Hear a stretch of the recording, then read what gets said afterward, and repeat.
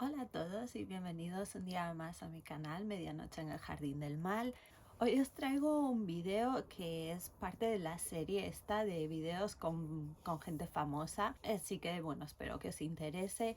Y me enteré ayer de que al parecer a YouTube no le gusta mucho el tema este del true crime y todo eso, así que al parecer como que esconde un poco este tipo de vídeos. Así que bueno, si me encontráis por casualidad o como sea, por favor, dadle like, dadle a suscribiros y a estas cosas, porque al parecer ayuda muchísimo y os lo agradecería infinito, la verdad.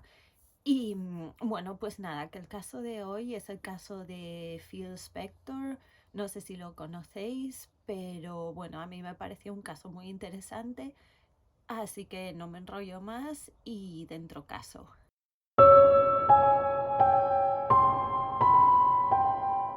Bueno, pues hoy, y como me gusta hacer, voy a empezar por la víctima. La víctima es menos famosa o no era famosa o tan famosa como Phil Spector, pero bueno, es la víctima y me parece que se merece el respeto ese que por desgracia durante el juicio no se le dio. La víctima se llamaba Lana Clarkson y nació el 5 de abril de 1962 en Long Beach, en California. De ahí sus padres se mudaron a otra ciudad en California también, así que ella y sus dos hermanos, un hermano y una hermana, se criaron y pasaron su infancia en ese sitio.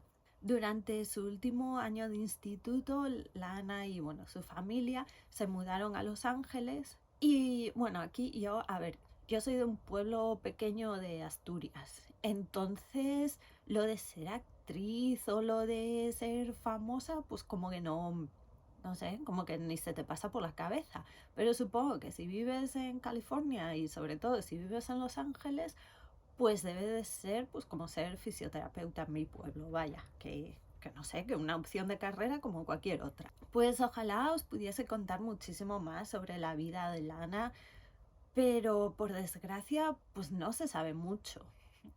Y, bueno, pues eso, pues me fastidia bastante.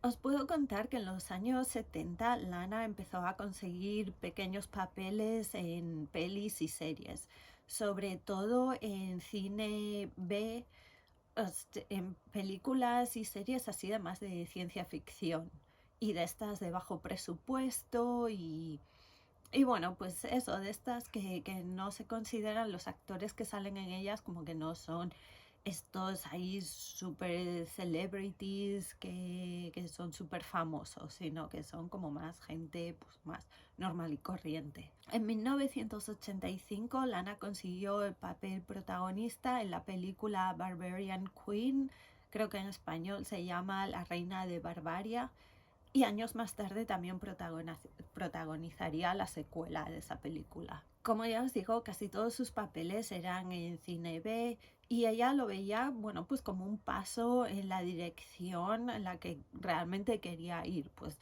como cuando haces las prácticas para luego intentar conseguir un trabajo mejor, pues algo así. Al principio Lana se pensaba que bueno, que la gente que igual la veía un poco como un poco de chiste y que se reían de ella un poco, pero luego empezó a ir a convenciones de estas de ¿cómo se llaman? Como el Comic Con y todas estas, y se dio cuenta que tenía muchísimos fans, que había muchísima gente que estaba interesada en ella, que le gustaban sus películas, que le gustaban sus papeles, y Lana se convirtió en una persona favoritísima en todas estas convenciones porque siempre se quedaba casi la última para asegurarse de que todos los que se querían hacer fotos con ella o querían autógrafos o lo que fuese, que ella se los daba.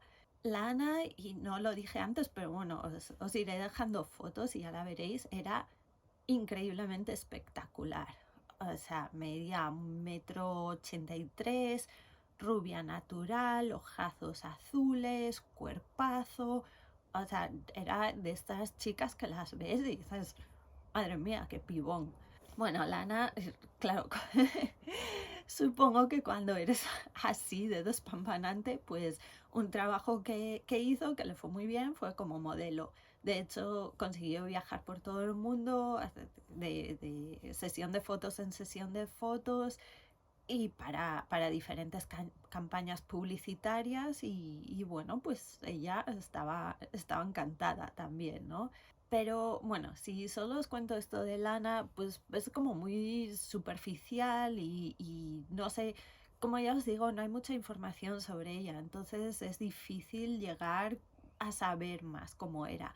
Pero hay un hecho en particular que a mí me parece que explica a la perfección cómo era Lana. En los años 80, cuando ella estaba trabajando como actriz y como modelo y todo eso, también hacía voluntariado con la asociación Project Angel Food, que al parecer les llevaba comida a casa a personas que tenían complicaciones por el SIDA y el VIH y no podían salir de casa porque ya estaban muy mal. Y ella pues iba y les llevaba la comida. Y diréis, va, pues tampoco es para tanto. Pero es que estamos hablando de los años 80, donde se sabía muy poco del SIDA y del VIH.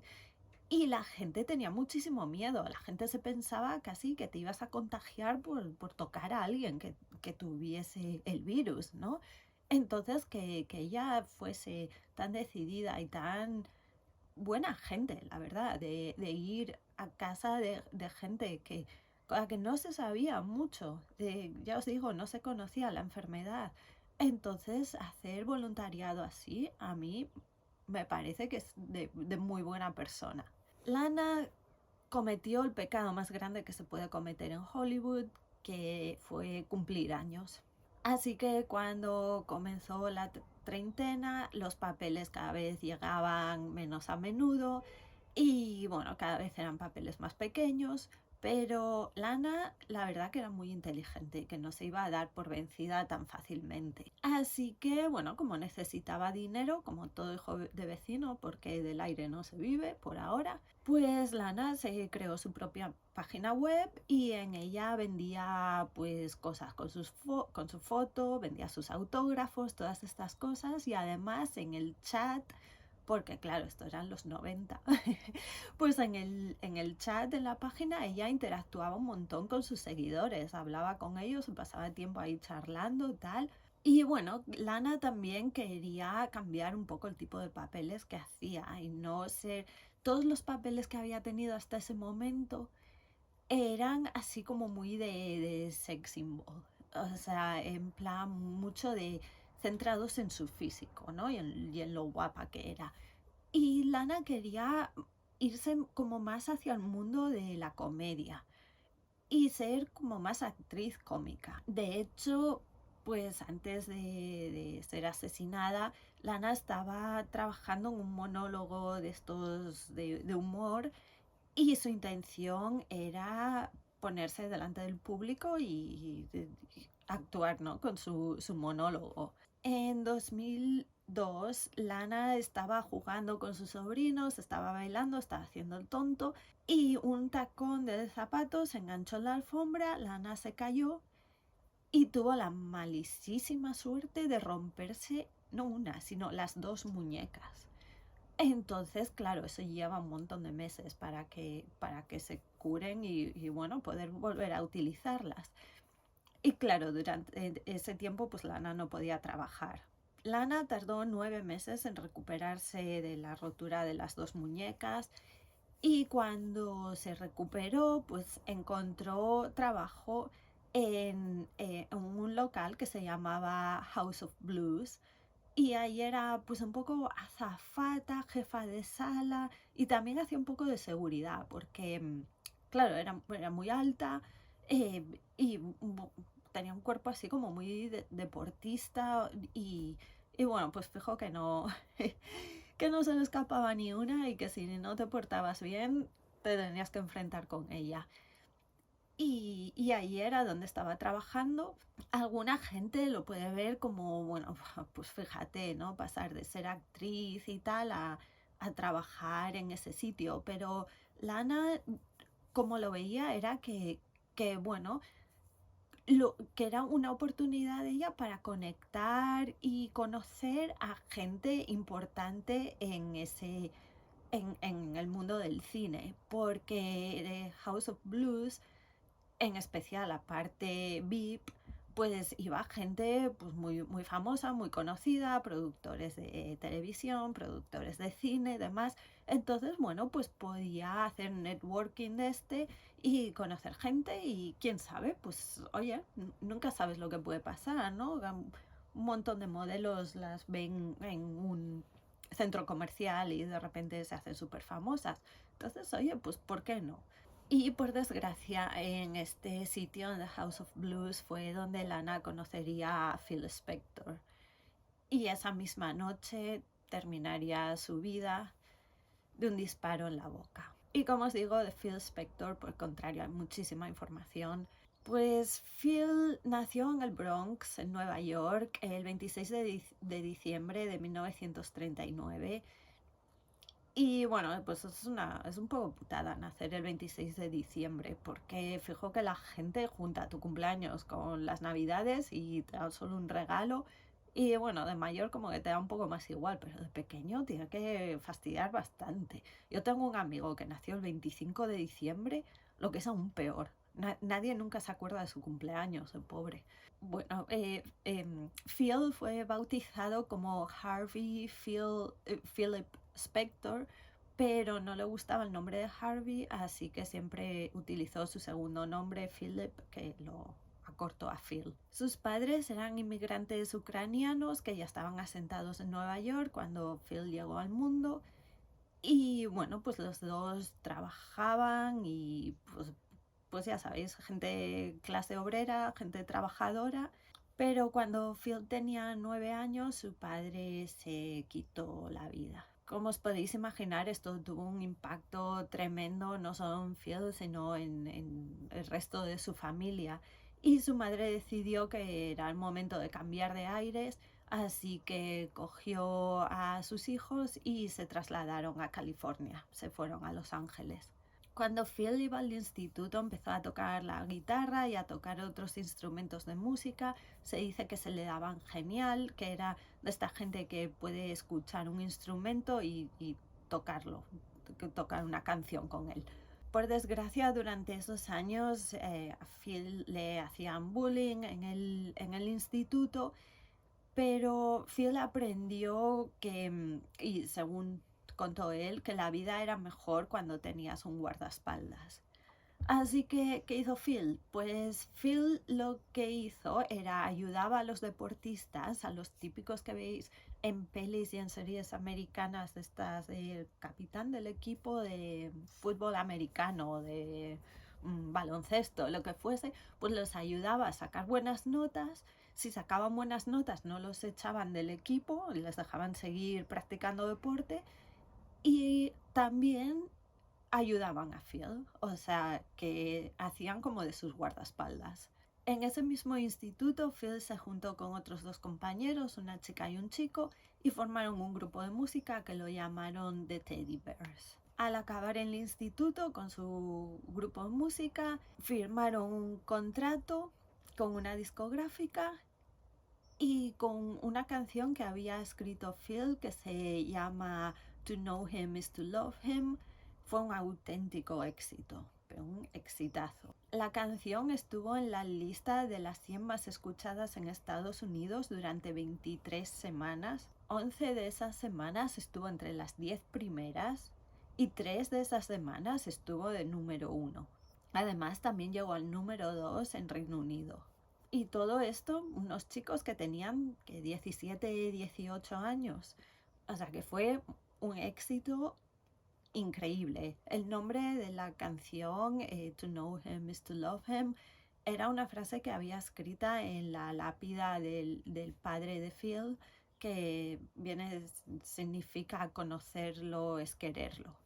Después del éxito no pudieron replicarlo de nuevo y seguían sacando canciones, pero ninguna volvía a ser un éxito, ninguna conseguía despegar. Así que un año más tarde decidieron cada uno irse por su camino y se separaron. Después de esto, Phil quería seguir dedicándose a la música, quería seguir en ese mundo porque era lo que le gustaba. Pero Phil tenía un miedo escénico horroroso. Incluso después de haber dado conciertos y todo, pues lo pasaba muy mal cada vez que tenía que salir al escenario y decidió que lo mejor para él era dedicarse a la música, pero estando como un poco oculto. Así que, pues, productor musical. Desde el principio, Phil tuvo muchísimo éxito. O sea, fue pues de esta gente que se considera un genio. O sea, jovencísimo, veintipocos años, y eso pues es que parecía que todo lo que tocaba se convertía en oro. Phil trabajó con gente como los Beatles, los Ramones, Leonard Cohen, con John Lennon también cuando se fue solo en su carrera en solitario, y bueno, con un montón de gente más. Al parecer, Phil inventó una técnica que se llama el Wall of Sound, que es como pared de sonido, que yo leí lo que es, pero no lo voy a explicar, porque fijo que si hay alguien aquí que entienda de música, de arreglos musicales, fijo que me decís que me estás contando, que no... A ver, bueno, al parecer esta técnica es increíble y todos la querían tener en sus discos y todos querían ser producidos por Phil porque si Phil los producía iba a ser un éxito. Pero claro, aquí entramos en esta parte que muchas veces la gente esta que tiene mucho éxito, mucho dinero, que las consideran eso, un genio en lo que hagan, como que se les perdona todo. Y ya aunque la gente vea que hay algo raro, algo que no cuadra, bueno, es un genio, así que déjalo. Es que es un poco raro, pero ¿qué más da? Phil, aunque tenía muchísimo miedo escénico, también quería ser un poco la estrella.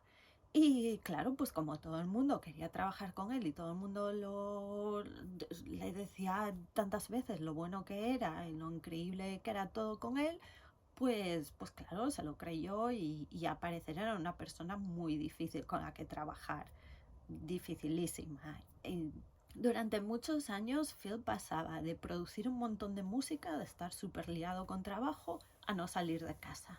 En 1963 Phil se casó con su primera mujer, Annette Merar, pero tan solo 2 o 3 años más tarde se divorciaron porque casi desde el momento que se casó con su mujer le empezó a poner los cuernos con Ronnie Bennett, que era cantante en el grupo The Ronettes, que bueno, Phil también producía ese grupo. En 1968 Ronnie y Phil se casaron y ahí empezó la pesadilla de Ronnie. En un libro que escribió años más tarde, Ronnie contó cómo era la vida con Phil. Dice que Phil la manipulaba constantemente y que además arruinó su carrera. Pero no solo eso, Phil tenía a Ronnie prisionera en su casa. De hecho, puso una alambrada todo alrededor de su propiedad y tenía perros guardianes, pero no perros guardianes para proteger a la gente que estaba dentro de la casa de intrusos. No, era para que Ronnie no saliese. En las pocas veces que Ronnie podía salir de casa ella sola, si se pasaba más de 20 minutos fuera, Phil mandaba a sus guardaespaldas a que la fuesen a recoger y la trajesen de vuelta. Además, y esto es raro de narices, sí, a veces que Ronnie podía salir con el coche a dar una vuelta o lo que fuese, Phil la obligaba a que llevase un maniquí hecho a medida de Phil en el coche, en el asiento del copiloto. O sea, ella iba conduciendo con el maniquí creepy este al lado. Por desgracia o por suerte en este caso no encontré ninguna foto del maniquí en cuestión, lo que agradezco la verdad, porque madre mía. Phil también le quitó todos... es que me río, pero es que, bueno, le quitó todos los zapatos para que no pudiese salir a la calle, porque dijo, bueno, descalza no se iba a ir a ningún sitio, así que le escondió, le quitó todos los zapatos. Y si pensáis que no hay más, si pensáis, vaya tela, no, es que hay aún más. Un día Phil cogió y compró un ataúd de oro con la tapa de cristal, o sea, estas transparentes, y le decía, cada poco le decía a Ronnie que si lo dejaba iba a acabar en el ataúd y que la iba a poner en el ataúd este y que la iba a exhibir allí. Y el ataúd este lo tenían al sótano y, o sea, tan pancho. La pobre Ronnie estaba tan mal que empezó a beber y a beber y a beber y según ella se convirtió en alcohólica para poder ir a las reuniones de alcohólicos anónimos y así salir de casa. Y no, tampoco acaban aquí las cosas. Un año por Navidad, Phil le hizo un regalo a Ronnie. Un regalo que estaba en casa corriendo, jugando y bueno, pues comiendo, bebiendo. Y si pensáis que el regalo eran 2 niños gemelos de 5 años, pues sí, acertasteis. Sí. Phil les regaló unos gemelos de 5 años de edad que eso se los encontró en casa por Navidad. Y bueno, pues la idea de Phil era que Ronnie se sintiese mal, o sea, no quisiera dejarlo para no dejar también a los 2 niños pequeños, aunque ya tenían otro niño que lo habían adoptado al poco de casarse. Pero sí, pues ya veis. A los 4 años de estar casados, Ronnie, con la ayuda de su madre, consiguió escapar. Y sí, salió de casa descalza y se largó y no miró atrás. Más tarde, Ronnie dijo que si no me iba en ese momento, sabía que acabaría muerta en esa casa. O sea, terrible. Y la pesadilla para Ronnie no acabaría aquí. En 1974 comenzarían los trámites de divorcio y Ronnie tuvo que aceptar no ganar dinero futuro con sus propios discos que había donde cantaba ella, porque Phil le dijo que si lo hacía, que si seguía ganando dinero con esos discos, que iba a contratar un sicario y a matarla. También le dijo que si pedía la custodia de los niños, que también que la iba a matar también. Bueno, mientras estaban en el proceso de divorcio, Phil era una de estas épocas donde estaba trabajando mucho y empezó a trabajar con John Lennon. Al parecer, Phil iba muchas veces al estudio totalmente borracho, después de haber consumido sustancias de todo tipo, y además llevaba una pistola con él. Una vez en el estudio estaban Phil y John Lennon, y Phil estaba así con la pistola tal que, bueno, como que John Lennon ya estaba acostumbrado, no le dio más importancia, pero esa vez pues Phil disparó y le pasó la bala a Lennon pues cerca. Y Lennon le dijo a Phil, si quieres matarme, mátame, pero si no, no me jodas mis oídos. Váyatela. Y bueno, como ya os digo, lo de sacar la pistola así a pasear era bastante común. Al parecer muchas veces en el estudio, pues Phil sacaba la pistola y se ponía así a zarandearla por ahí. De hecho, una vez Phil le sacó la pistola a Leonard Cohen y se la puso en plan en la cabeza y le dijo, tranquilo, Leonard, que yo te quiero mucho. Y Leonard le dijo, pues menos mal que me quieres. Pero como ya os digo, este es otro caso de un hombre con mucho talento, mucho dinero y mucha influencia en su industria, donde los que lo rodean le dejan hacer lo que le dé la gana. Y claro, así acaban luego las cosas como acaban. Mira cómo está todo lo de Puff Daddy ahora mismo, P. Diddy o como se llame, lo de Harvey Weinstein y toda esta gente que sí, que son genios, que son muy buenos, que todo esto. Y la gente, eso pues bueno, miran para otro lado y pues bueno, se hacen los locos, ¿no? Como, nada, sí, que acaban siendo secretos a voces, pero nunca nadie da el paso adelante para decir, oye, aquí pasa algo. Durante los años 70, Phil cada vez salía menos de su casa y bueno, en 1974 Phil tuvo un accidente de tráfico gravísimo que casi le cuesta la vida. Phil salió despedido por la luna delantera de su coche y no fue declarado muerto allí mismo porque un policía sintió como un pulso muy débil y dijo, ay, que no está muerto, al hospital. Y lo llevaron al hospital. Phil pasó varias horas en quirófano y le pusieron más de 300 puntos en la cara y más de 400 en la parte de atrás de la cabeza. O sea, más de 700 puntos por solo por la cabeza. Increíble. Al parecer esto es lo que llevó a Phil a empezar a usar pelucas. En 1998 Phil se compró una casita muy modesta en Los Ángeles.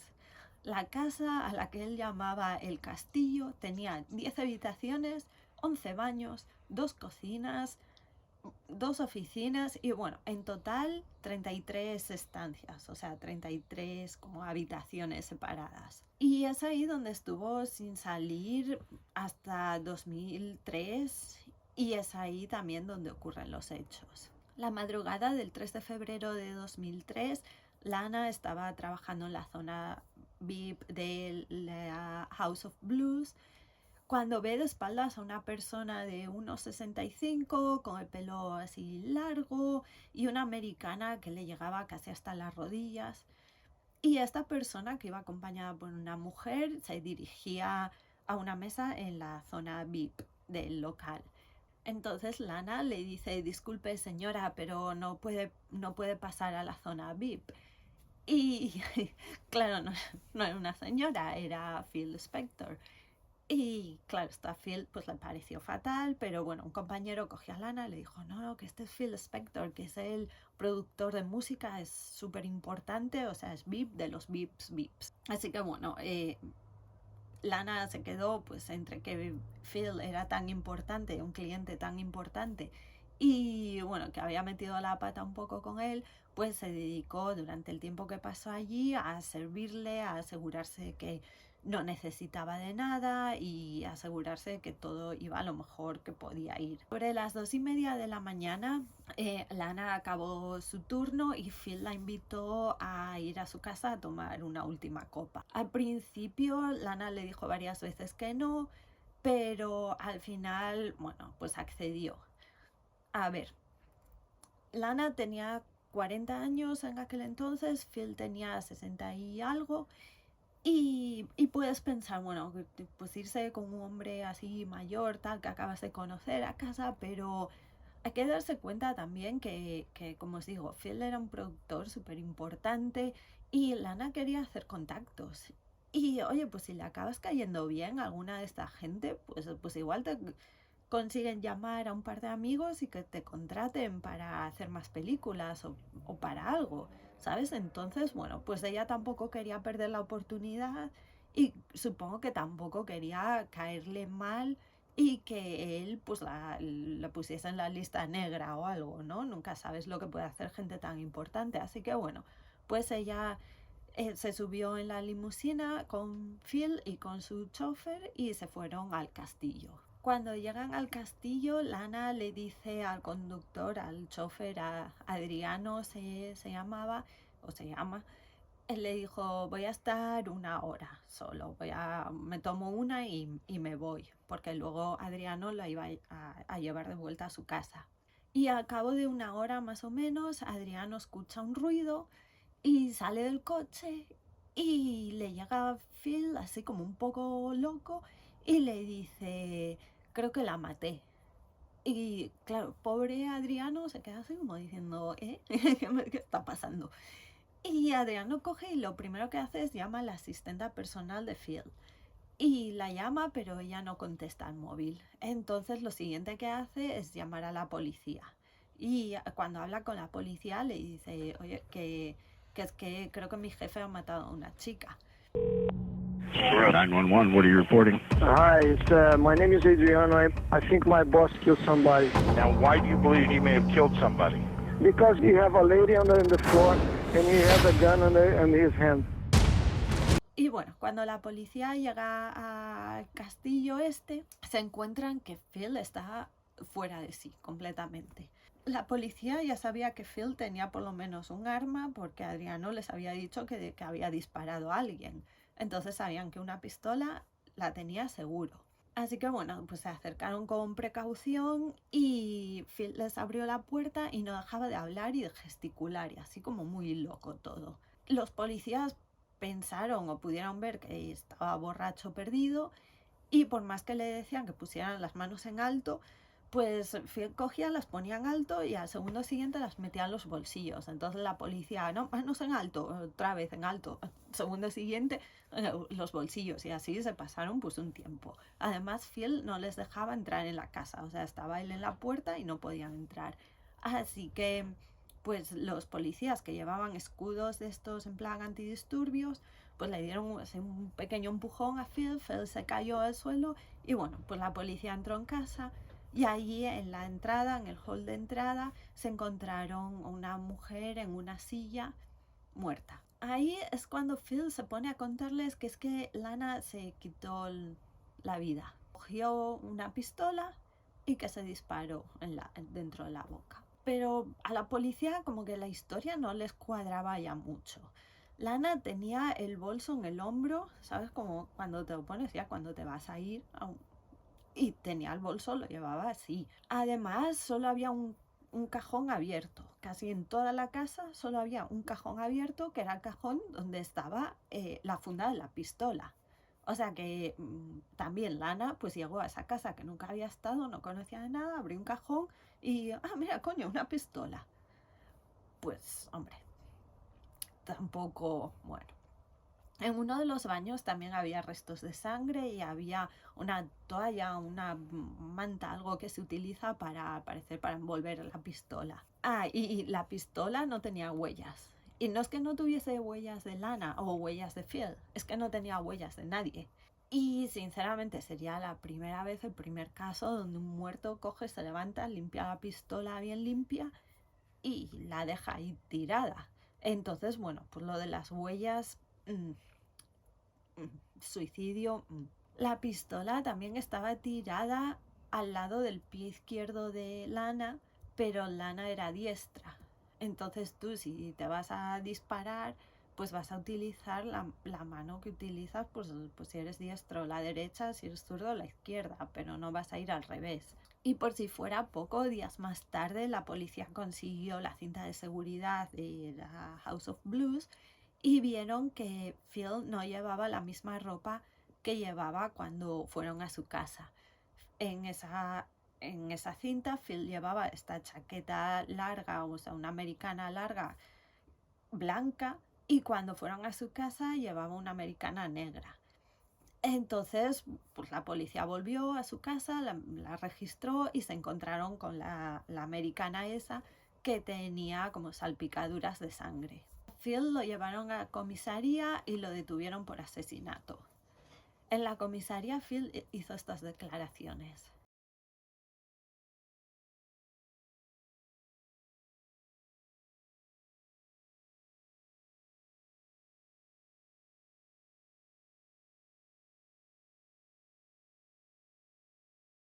De verdad, Phil, que eres un gilipollas. Pero claro, Phil es rico, así que bueno, le pusieron una fianza de $1 millón para él, supongo que es calderilla, y la pagó y salió libre y siguió haciendo su vida pues como había hecho hasta entonces. Que bueno, que era mucho estar en casa y no salir. El juicio tardó 4 años en celebrarse. Antes de celebrarse el juicio, una cosa también que hacía Phil era cogía, se hacía vídeos en casa y eran vídeos súper raros donde, bueno, pues explicaba cómo él no era culpable en absoluto, cómo era Lana la que se quiso quitar del medio y eso, pero son vídeos así súper raros. Cuando empezó el juicio, que era televisado, Phil decidió que lo mejor que podía hacer pues era ponerse una peluca diferente casi todos los días del juicio. De hecho, el juez le tuvo que decir, oye, vale ya, de todo este teatro, elige una peluca y ya, ven con esa. Porque todos los medios, toda la gente, lo único que hablaban era de la puñetera peluca que llevaba Phil. No se hablaba de la víctima ni de nada, era todo el pelo de él. La defensa hizo pues lo que hacen algunas defensas que a mí personalmente me mata. Y bueno, lo que hizo la defensa aquí fue decir que Lana, que estaba muy deprimida, que es que no tenía nada por lo que seguir viviendo, y que por eso decidió quitarse en medio en casa, ya sabes, pues en casa de un extraño que no conoces de nada, una noche cualquiera, pues ¿qué haces? Pues nada, pues eso, te pegas un tiro. Cuando se mostró un vídeo de Lana, la defensa se rió, o sea, como que se reían de ella. Es que gentuza, macho. Se dice que, bueno, que Phil se gastó 10 millones de dólares en su defensa. Que, bueno, por lo menos, pues mira, alguien salió bien parado de allí y pues no fue Phil. La acusación puso a testigo tras testigo tras testigo que contaba cómo Phil les había sacado una pistola en algún momento. La mayoría eran mujeres y contaron cómo a veces si se querían ir de casa, pues Phil les sacaba una pistola. Además llamaron a Ronnie, su exmujer, para que fuese y les contase pues cómo era Phil en la intimidad. Y bueno, pues podéis pensar, bueno, con todas esas pruebas, con toda la evidencia de gente diciendo que, oye, que es que este tipo saca pistolas a pasear, así como si fuesen caramelos, que iba a ser muy fácil. Pues no, no. Un jurado en particular, al parecer, esto de que tienes que llegar a la duda razonable, o sea, en Estados Unidos tienen que encontrar que no puede haber ninguna otra explicación al crimen y que eso, ir más allá de la duda razonable. Pues el señor este como que quería casi que hubiese un vídeo de Phil matando a Lana para decir, pues sí que lo hizo él. Entonces no llegaron a un acuerdo y se declaró un juicio nulo. Pero por suerte la acusación siguió adelante y un nuevo juicio se celebró un año más tarde. En este nuevo juicio pues volvieron, sobre todo se dedicaron a enseñar todas las pruebas, todo esto que os conté de que estoy el bolso, dónde estaba la pistola, todas estas cosas. Y bueno, pues 19 días más tarde, 19 días, el jurado lo declaró culpable por asesinato en segundo grado. Phil fue condenado a 19 años, de 19 años a cadena perpetua en la cárcel por el asesinato de Lana.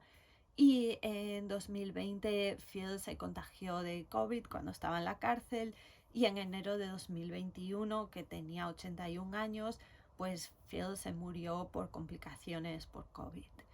Y aquí llegamos al punto donde cuando, ya sabéis, cuando se muere alguien famoso, pues todos los tributos, todas las cosas que se hacen por la tele, todas estas cosas. Y bueno, pues aquí está siempre lo de hay que diferenciar al artista de su vida privada y tal, pero no sé, a mí con asesinos ya me parece, o sea, bueno, con algunos crímenes yo creo que no sé, que eso pues por la tele, por todos lados, ¿no? Lo ensalzaban y el genio de Phil Spector, qué gran hombre, qué de cosas hizo, qué genio, qué tal.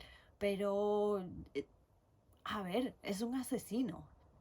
Mató a una mujer de 40 años que no se quería morir, que oye, que ya tendría sus problemas como los tenemos todos y aún así pues seguía adelante y este tipo, porque claro, pues eso pues se ve con poder, con que nadie me puede tocar, con que ando disparando en el estudio y nadie me dice nunca nada, pues qué más da, puedo coger, pegarle un tiro a esta mujer y no me va a pasar nada, porque soy Phil Spector.